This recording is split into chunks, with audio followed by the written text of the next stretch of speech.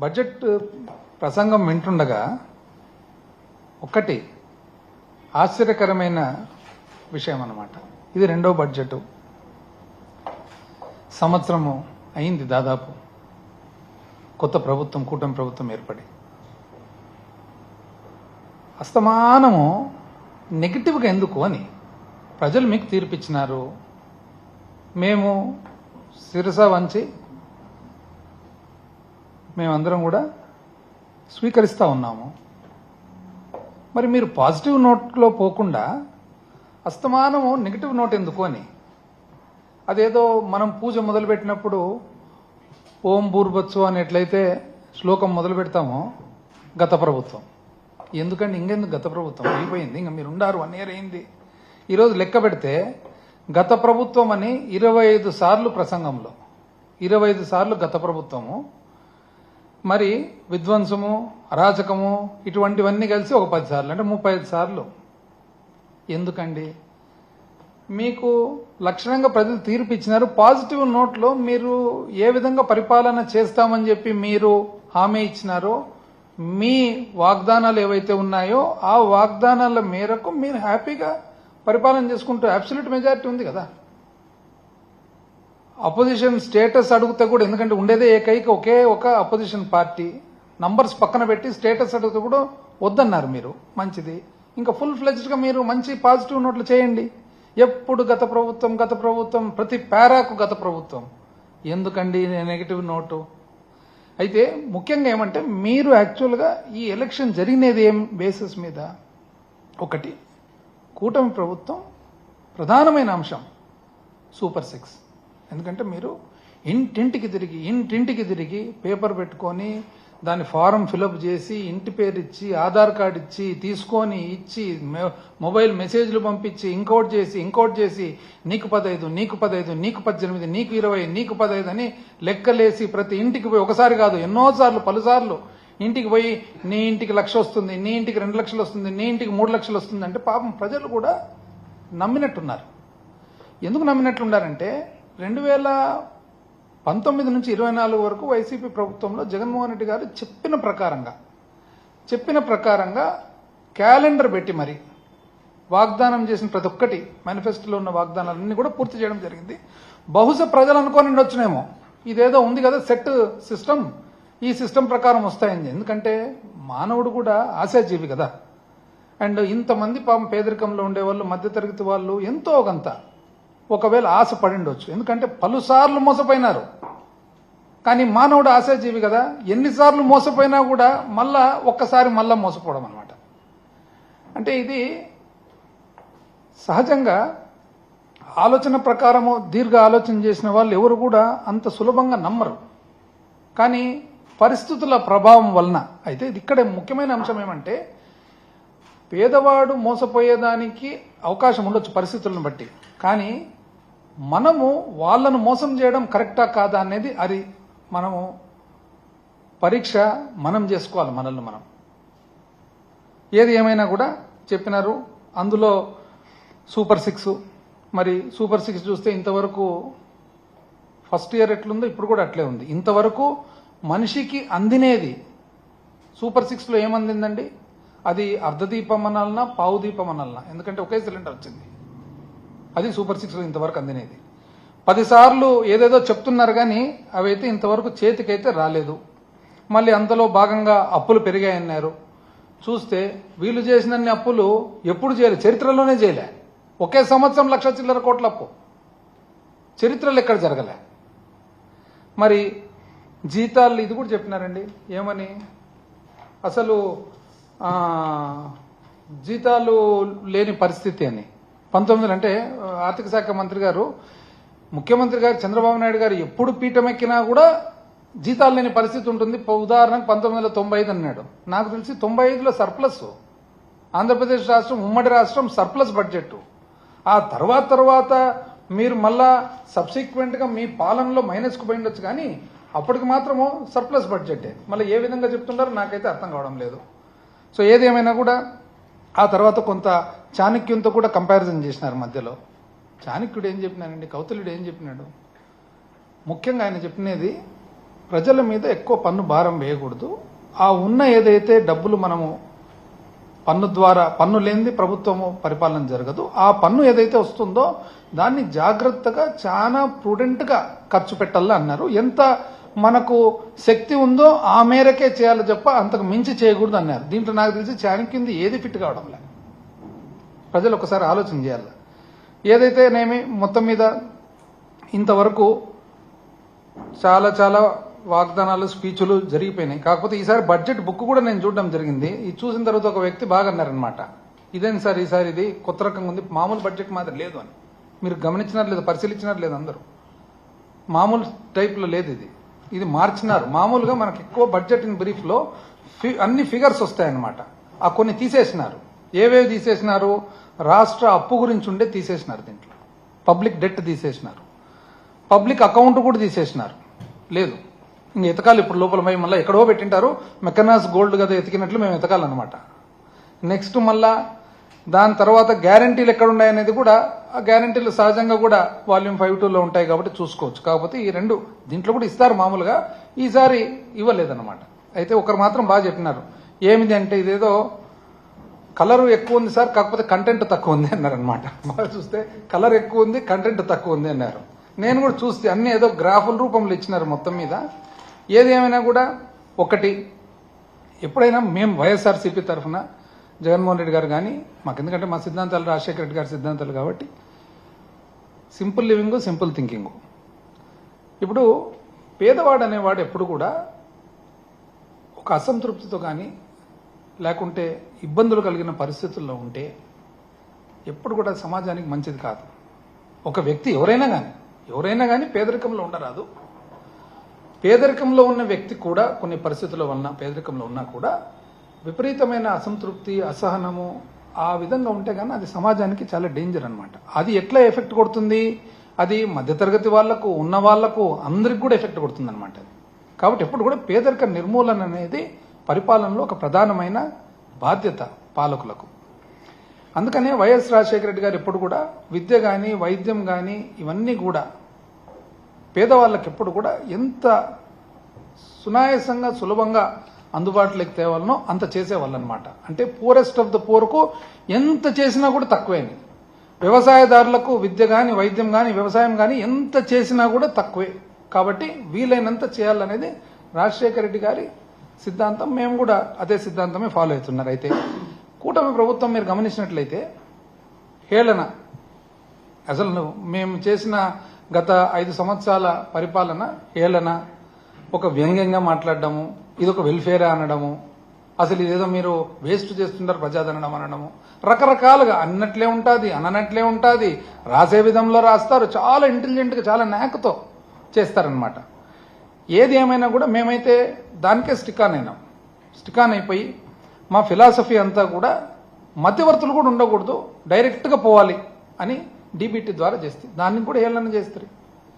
మీరేమంటారంటే button అంటారు. DBT డైరెక్ట్గా మధ్యవర్తులు లేకుండా డైరెక్ట్గా బెనిఫిషరీకి పోయింది, అది మీరు ఏళ్ళని చేస్తారు. ఏది ఏమైనా కూడా మీరు ఇంత క్రిటిసైజ్ చేసినారు కదా, మీరు ఆ రోజు క్రిటిసైజ్ చేసేటప్పుడు ఈ వెల్ఫేరు అని క్రిటిసైజ్ చేసేటప్పుడు మధ్యతరగతి వాళ్ళు కూడా వాళ్ళని కూడా మీరు ఇన్ఫ్లుయెన్స్ చేసినారు. ఎట్లా ఇన్ఫ్లుయెన్స్ చేసినారు? వీళ్ళు ఏదో పరిపాలనలో మొత్తము కంప్లీట్గా ఆ డబ్బులంతా కూడా ఉత్త పేదవాళ్ళకి పనిచేస్తున్నారు, ఏదో శాశ్వతమైన అభివృద్ధి కార్యక్రమాలు జరగడం లేదు, ఇంకోటి లేదు అని అన్నారు. వాళ్ళు కూడా కొంతవరకు ఇన్ఫ్లుయెన్స్ అయినట్లున్నారు. మళ్ళీ చివరకు ఎలక్షన్ వచ్చేటప్పటికి మీరు మా అంత 3 అంతలు చెప్తారు. ఇప్పుడు వాస్తవానికి మేము చెప్పలేకన్నా, యాక్చువల్గా అయితే జగన్మోహన్ రెడ్డి గారి మీద, వైఎస్ఆర్ కాంగ్రెస్ పార్టీ మీద అత్యంత క్రెడిబిలిటీ ఉంది, విశ్వసనీయత ఉంది. కానీ ఎందుకు అవి చెప్పలేకపోయినామంటే ఇది చేసేదానికి వీలు పడదా, వీలు పడితేనే మనం చెప్పాలి తప్ప వీలు పడనిది చెప్పకూడదనే ఒక్క భావనతో మాత్రం, నమ్మకంతో మాత్రమే ఆగిపోయినది. లేకుంటే ఇన్ని పనులు చేసినది ఇంకో 2 అంతలు చెప్పేదానికి ఏం పెద్ద, నిజం చెప్పాలంటే మీరు చెప్పేదానికంటే మా క్రెడిబిలిటీని ఎక్కువ చెప్తే నమ్మేదాన్ని. కానీ ఆ రోజు అందరూ ఏమనుకున్నారు, ఇది ఇచ్చినారు కదా, మీ అనుభవం ఉంది కదా, మీరు ఏదో చేస్తారని చెప్పి, పాపం నేను ఇంతకుముందు చెప్తే కదా మానవుడు కూడా ఆశాజీవి అని చెప్పి పాపం చేసుకున్నారనమాట.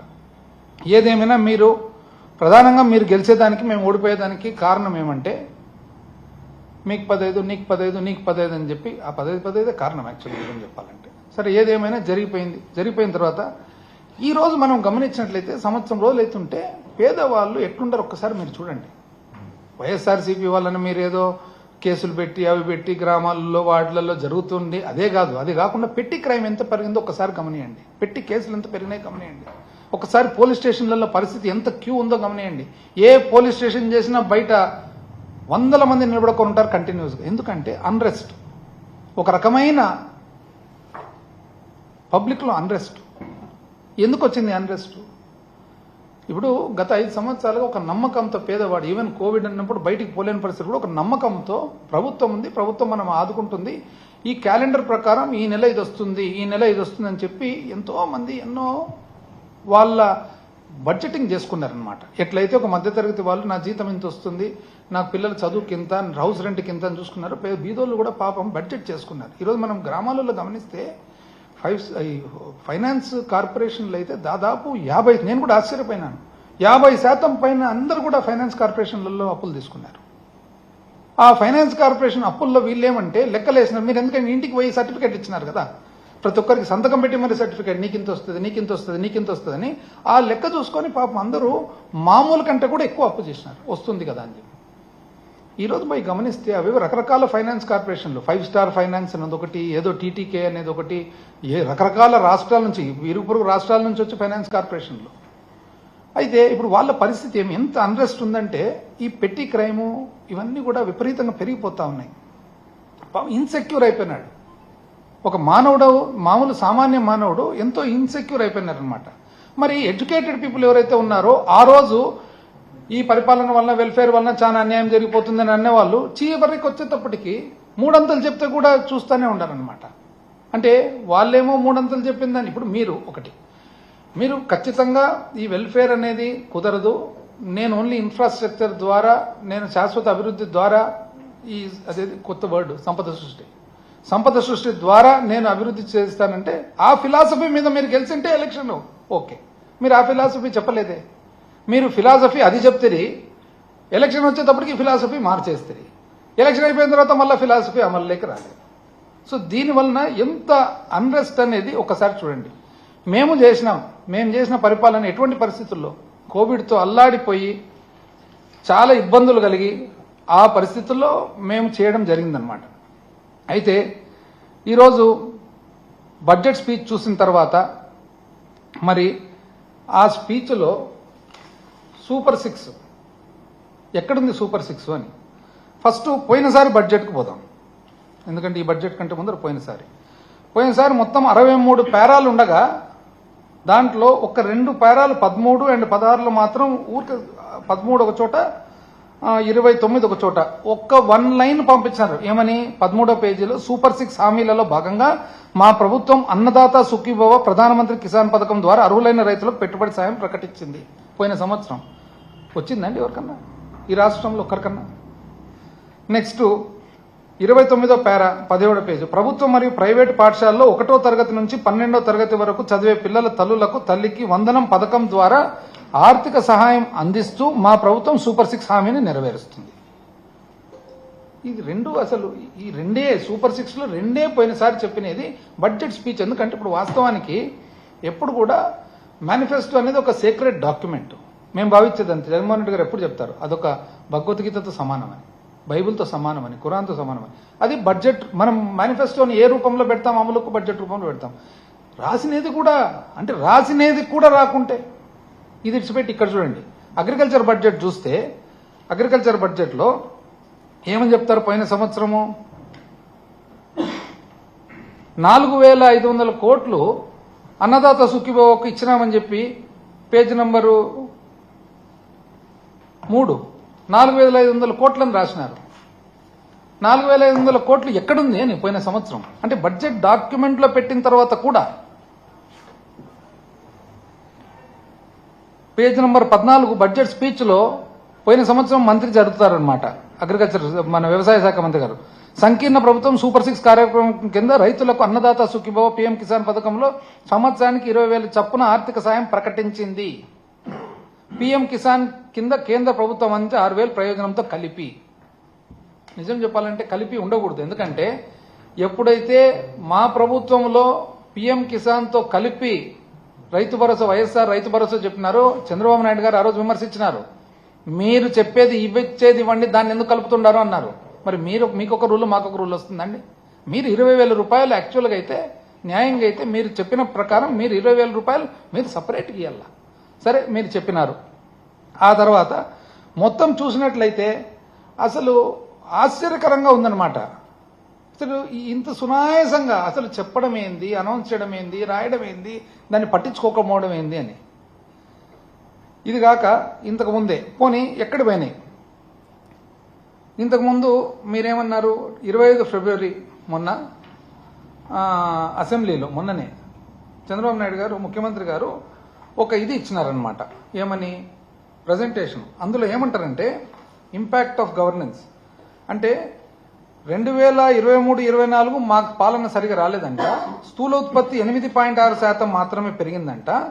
24-25 12.9% పెరుగుతుందంట. కాబట్టి తద్వారా 62,000 కోట్ల స్థూల ఉత్పత్తి రాష్ట్రానికి. ఏమన్నానండి ఇది, ఏంది అసలు అంటే ఈ సంవత్సరమే అయిపోలే. మామూలుగా మీకు ఎప్పుడైనా కానీ స్థూల ఉత్పత్తి అనేది ఎప్పుడు కూడా ఈ సంవత్సరం లెక్కేస్తే 3 సంవత్సరాల తర్వాత ఫైనలైజ్ అవుతుంది. ఫస్ట్ అడ్వాన్స్ ఎస్టిమేట్స్, ఆ తర్వాత ఫస్ట్ రివైజ్ ఎస్టిమేట్స్, ఆ తర్వాత సెకండ్ రివైజ్ ఎస్టిమేట్స్, ఆ తర్వాత టీఆర్ఈ. ఎట్లండి ఇది అంటే 62,000 కోట్లు పెరిగిందంట. పోనీ పెరిగింది కదా, ఇంకా పెరిగినప్పుడు ఇచ్చేయచ్చు కదా.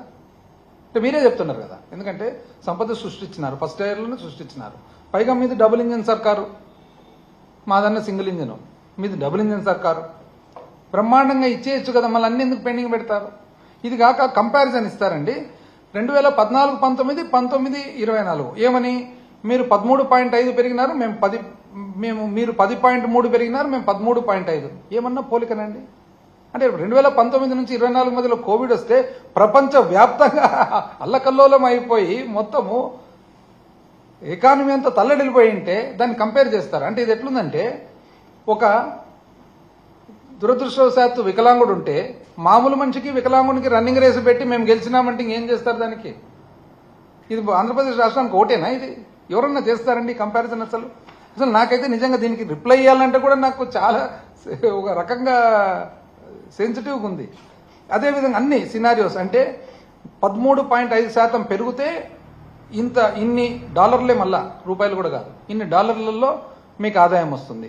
15% పెరిగితే ఇన్ని డాలర్లు ఎవరికి కావాలా, ఆదాయం ఎవరికి కావాలా? స్వామి సూపర్ 6 సంగతి ఏమి చెప్పండి అంటే అది కాకుండా అన్ని చెప్తారు. ఇది పర్ క్యాపిటల్ సినారియోస్. ఆ సినారియోస్ చూడండి, మామూలుగా పెరగలేదంట. 2019 నుంచి 24 పెరగనందుకు 41,000 తగ్గిందంట. అది పెరగకపోవడం ఏంది, తగ్గడం ఏంది అంటే ఊహించుకొని మనం కదా. ఈ రోజు ఒకవేళ అక్కడికి పోయింటే, ఈరోజు బొంబాయికి పోయింటే, ఈరోజు సాయంత్రం అదృష్టానికి లాటరీ తగిలింటే రేపు పొద్దునకి నేను కోటీశ్వరుని అయిపోతుంది. ఏమైనా లెక్కనా ఇది? అసలు ఏంది ఇదంతా అని. దాని తర్వాత పోని డెట్ చూడండి ఎట్లా చెప్తారు. అప్పు మళ్ళీ అక్కడ కూడా ఏమని చెప్తారు, 31 మార్చికు 3,75,295 కోట్లు ఉంది. ప్రభుత్వ అప్పు 4,38,278 కోట్లు ఉంది. పబ్లిక్ అకౌంట్ లయబిలిటీస్ 80,914 కోట్లు ఉంది. కార్పొరేషన్ అప్పులు అంటే మన వివిధ డిస్కాములు, విద్యుత్ సంస్థలు, సివిల్ సప్లైస్ కార్పొరేషన్ అవన్నీ కలిసి 2,48,677 కోట్లు. సివిల్ సప్లైస్ 36,000 కోట్లు. విద్యుత్ సంస్థలు 34,000 కోట్లు. 1,13,000 కాంట్రాక్టర్లకు వేయాల్సినవి. ఎంప్లాయీస్ కు 21,000. ఇవన్నీ లెక్కేసి 9,74,556 కోట్లు మీరు ఇచ్చిన లెక్క. 9,74,556. ఇది సాక్షాత్ అసెంబ్లీలో గౌరవ ముఖ్యమంత్రి గారు ఇచ్చే ఇది. 14 లక్షలు ఎక్కడ పోయిందండి? 14 అన్నట్లుంటారే, 13 అన్నట్లుంటారే, 12 అన్నట్లుంటారే, 10 అన్నట్లుంటారే, విధ్వంసం అన్నట్లుంటారే. మళ్ళీ ఏమే అందులో కూడా చూడండి, అందులో కూడా ఎవరన్నా చేయొచ్చునా ఇట్లాంటివి. ఇప్పుడు వాస్తవానికి 4,38,278 కోట్లు అప్పు. మీరే చెప్తున్నారు కదా అప్పని, మీ ప్రకారమే పోదాం, ఎందుకంటే బుక్కులలో కూడా అంతే రాసినారు.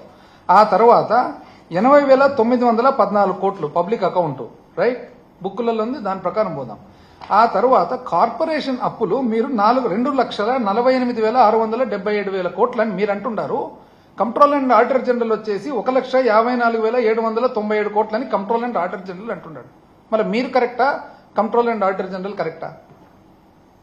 దేశానికి సంబంధించిన ఇండిపెండెంట్ ఆర్గనైజేషన్ లెక్కలు చూసేదే వాళ్ళ పని, లెక్కలు రాసేదే వాళ్ళ పని. వాళ్ళు చెప్పినది కరెక్టా, వీళ్ళు కరెక్టా? అసలు ఆశ్చర్యం, ఈ మధ్య కాలంలో నేను అమెరికాలోనే ఎక్కడో ఒక అబ్బాయి యంగ్స్టర్ ఏదో ఉద్యోగం చేస్తున్నట్టున్నారు, యూకేలోనో అమెరికాలోనో ఐటీ ఉద్యోగం. ఆయన ఎంత బాగా చెప్పినానంటే, నాకెందుకు డిఫరెన్స్ కనపడుతుందండి, ఈ కూటమి వాళ్ళు ఏది చెప్పినా కూడా ఒక్క రోజు కూడా ఒక సోర్స్ చెప్పరు, వేరేజ్ వైసీపీ వాళ్ళు కానీ జగన్మోహన్ రెడ్డి గారు కానీ ఏం మాట్లాడినా కూడా అది ఆర్బీఐయా, అది సిఏజీనా, అది MoSPI, ministry of statistics and programme, ప్రతి దానికి ప్రతి ఫిగర్కు ఒక సోర్స్ ఉండింది, వీళ్ళది ఒక్క సోర్స్ కూడా ఉండదు. ఏంది ఇది అంటారు. 1,54,797 కోట్లు అయిపోయినా. ఆ తర్వాత నెక్స్ట్ 36,000 కోట్లు సివిల్ సప్లైస్ అంటారు. సివిల్ సప్లైస్ కు ప్రభుత్వం ఇవ్వాల్సిన సబ్సిడీ ఇవ్వలేదు కాబట్టి, పేమెంట్ చేయలేదు కాబట్టి, పేమెంట్ చేయనందుకే సివిల్ సప్లైస్ అప్పు చేసింది. అంటే ఆ 36,000 కోట్లు ఎక్కడుంది? ఆల్రెడీ 1,54,797 లోపల 36 ఉంది. దాన్ని మళ్ళా మీరు 2 డబుల్ కౌంట్ చేస్తారు. అదేవిధంగా ఏమంటారు మీరు, డిస్కామ్లు, విద్యుత్ సంస్థలకు 34,267. విద్యుత్ సంస్థలు ఎందుకు అప్పు చేసినాయి? సబ్సిడీ ఏదైతే ఉందో, మన అగ్రికల్చర్ మన రైతులకు, వ్యవసాయదారులకు ఇచ్చే కరెంటు సబ్సిడీ కానీ, ఎస్సీ ఎస్టీ హౌసింగ్ సబ్సిడీ కానీ, ఇవన్నీ ఏవైతే ఉన్నాయో ఆ అప్పు, ఆ డబ్బులు ప్రభుత్వం ఏదైతే డిస్కామ్కు కట్టాలనో కట్టనందు వలన వాళ్ళు అప్పు చేయాల్సి వచ్చింది. ఆ అప్పు 154లో ఉంది, 154లో మళ్ళీ డబుల్ కౌంట్. 1,13,000 కోట్లు మీరు ఎవరికి? కాంట్రాక్టర్లకని. కాంట్రాక్టర్లలో మీరు చెప్పే లెక్క ప్రకారం అప్లోడ్ అయినది 86,000 కోట్లు, 86,608. మళ్ళీ అప్లోడ్ అనేది తీసుకోవాలన్నా అంతేమి 1,18,000 రాసుకోవచ్చు, 2,18,000 రాసుకోవచ్చు, 3,18,000 రాసుకోవచ్చు. దానికి ఒక పద్ధతి, ఒక సిస్టమ్ లేనప్పుడు ఎన్నన్నా రాసుకో. ఇంకా అంత లెక్కేస్తే నా ప్రకారం 7,83,773 కోట్లు వస్తుంది. 7,83,773. అంటే మీరు చెప్పేది 9,74,000. ఎట్లా ఒకట్లా 10 టచ్ కావాలని కాలే. అయితే యాక్చువల్గా అందులో 3,90,247 కోట్లు, అంటే లెటర్సే 3,90,250 కోట్లు అనుకోండి, మేము పాలనలోకి వచ్చినప్పుడు ఉన్న అప్పు. అంటే 2019 నుంచి 2024 మేము చేసిన అప్పు ఎంత? 3,93,526 కోట్లు. కొన్ని లెక్కేసుకోండి, అప్రాక్సిమేట్గా 4 లక్షలు వేసుకోండి, ఇంకా ఎక్కువనే వేసుకోండి. 4 లక్షల కోట్లు లెక్కేస్తే మీరు 14 అని, 10 అని, శ్రీలంక అని, కంబోడియా అని, కొలంబియా అని, ఎన్ని దేశాలు ఉన్నాయి అన్ని దేశాలు చెప్పి ఎంత అన్యాయంగా చేసినది. అసలు వేరే దేశాలు, వేరే చోట్ల అయితే ఇంకేమంటారు తెలియదంతా.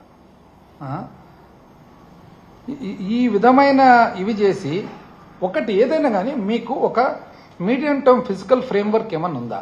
అంటే ఏ విధంగా మీరు ఇవన్నీ చేయాలనుకున్నారు, ఏ విధంగా మీరు సూపర్ 6 అమలు చేయాలనుకున్నారు, ఏ విధంగా మీరు రెవెన్యూస్ ఎంత ఉన్నాయి, ఒక టైం టేబుల్ ఏమన్నా ఇస్తున్నారా? ఏమీ లేదు. మీకు ఏ విధంగా ఎట్లా నచ్చితే అట్లా చేసుకుంటూ పోతున్నారు అనమాట.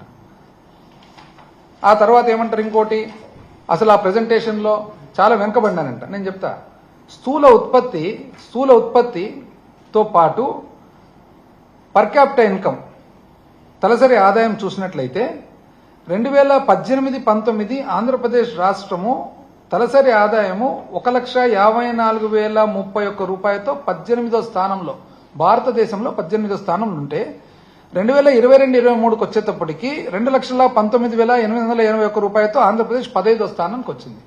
18 నుంచి 15వ స్థానానికి వచ్చింది. ఎప్పుడు కూడా నీది నాది అని లెక్కేస్తే ఎట్లవుతుంది? భారతదేశంతో పోల్చండి.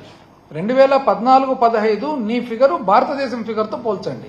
2019-24 నీ ఫిగరు భారతదేశం ఫిగర్తో పోల్చండి. నీకు నాకు పోలిక పెడితే ఎట్లా అవుతుందండి? యావరేజ్తో కదా చూడాల్సినది. అసలు ఈ లెక్కలు చెప్పడము పెట్టడము ఎవరు రాసిస్తుండారో, ఊరికి వచ్చినదంతా చదువుకుంటూ పెట్టుకుంటూ 2014-15 నుంచి 2018-19 చూస్తే భారతదేశ పూర్తి స్థూల ఉత్పత్తిలో ఆంధ్రప్రదేశ్ రాష్ట్ర కాంట్రిబ్యూషన్ ఎంత, మన భాగం ఎంత? భారతదేశ స్థూల ఉత్పత్తిలో, జీడిపిలో 2014-15 నుంచి 18-19 వరకు చూస్తే 4.47% అండి. 2019-20 నుంచి 23-24 మాకు పరిపాలన రాదు కదా, మీ ప్రకారం రాదు కదా, కానీ మాకు పరిపాలన రాకున్నా కూడా 4.83% పోయినా. ఎందుకు ఇది లెక్క? కోవిడ్ అనేది 2019-24లో చూస్తే భారతదేశానికి ఉంది, మనకు ఉంది. 2014-15 నుంచి 19 వరకు భారతదేశానికి కోవిడ్ లేదు, మీకు లేదు. కాబట్టి లెక్కేస్తే 4.2 మీకంటే బెటరా కాదా? ఇది కాకుండా ఇప్పుడు ఏది ఏమైనా కూడా ఎక్కడ పోయింది మీరు చూస్తేనేమో కంప్లీట్గా బ్రహ్మాండంగా అసలు సంపద సృష్టి స్టార్ట్ అయిపోయింది, డబుల్ ఇంజిన్ సర్కార్ అంటుంటారు. మళ్ళీ అంత ఉన్నప్పుడు ఇవ్వచ్చు కదా. మీరు చూడండి, అసలు దీని మీదనే మీరు యాక్చువల్గా ఎలక్షన్ ప్రధానంగా గెలిచినది. సూపర్ 6 దీంట్లో ఇంతవరకు అమలైనది 1 ఇయర్గా ఏది? అదే అర్ధ దీపము, పావు దీపము, ఒక్క సిలిండరు. అది తప్పితే ఇప్పుడు ఈ సంవత్సరము అంటే పోయినసారి కూడా ఈ 2 అనౌన్స్ చేసినారు. ఏది? తల్లికి వందనం పోయినసారి అనౌన్స్ చేసినారు, రైతు భరోసా ఏమంటారు అన్నదాత సుఖీభవ పోయినసారి అనౌన్స్ చేసినారు, ఇంతవరకు జరగలే. సో ఈ రోజు చూస్తే ఎక్కడుంది? ఇంతవరకు అయితే ఏం రాలే మరి. కానీ సూపర్ 6 మాత్రం బ్రహ్మాండంగా దీన్ని బేస్ చేసుకొని అసలు ఇంటింటికి తిరిగి మొత్తం అవి పెట్టి ఇవి పెట్టి రకరకాలుగా చేసిన అనమాట. ఇంకా దాని తర్వాత ఇవి కూడా మళ్ళా ఉమ్మడి మేనిఫెస్టో ఎందుకో నేను ఈరోజు గమనించిన కదా, దాన్ని నిశ్శబ్దంగా ఉన్నారు అసెంబ్లీలో కూడా, ఎవరిలో చలనం లేదు, ఆ ఉత్సాహము ఊపు కనపడ్డంలే, అంత డల్గా ఉన్నారనమాట. ప్రజాగలం ఎందుకు ఇంకా ఇవన్నీ కదా ఈ ప్రజాగలం. దీంట్లో ఏమేమి ఇచ్చినారో మరి. దాంట్లో కూడా ముందు మాట తర్వాత ఫస్ట్ చాలా ఉన్నాయి లోపల. ఫస్ట్ స్టార్టింగే సూపర్ 6 యువతకు 20 లక్షల ఉద్యోగాలు, నెలకు 3,000 నిరుద్యోగ భృతి వచ్చింది ఎవరికన్నా?